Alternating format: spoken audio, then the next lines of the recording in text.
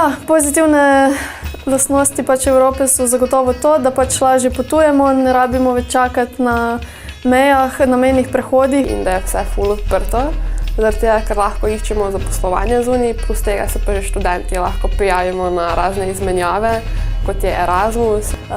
Ta izmenjava se mi res zdi dobra izkušnja v bistvu za vse mlade, da probajo, kako je živeti izven Slovenije, izven meja. Najbolj pozitivna stvar Evropske unije pa je, bom rekel, ta socialna nota, ki v bistvu kmetom vliva neko energijo, da poskušajo razviti tisto zgodbo svojega življenja. Da imamo skupno valuto in ne rabimo menjave denarja, je tako vse bolj uspešno, učinkovito, lažje, prehodno. Imamo tudi veliko več ugodnosti. Kar se Evropske unije tiče, nam res ogromno možnosti ponuja, pa se kar ne spravimo, ker smo Slovenci in nas je strah in ne gremo. Še kar rečemo, ne, ni dosti kul tle, ampak država je kriva. Mladim bi predlagala predvsem to, da naj se ne bojijo vstopati v nove projekte. Moraš se zato malo potruditi, pa biti aktiven.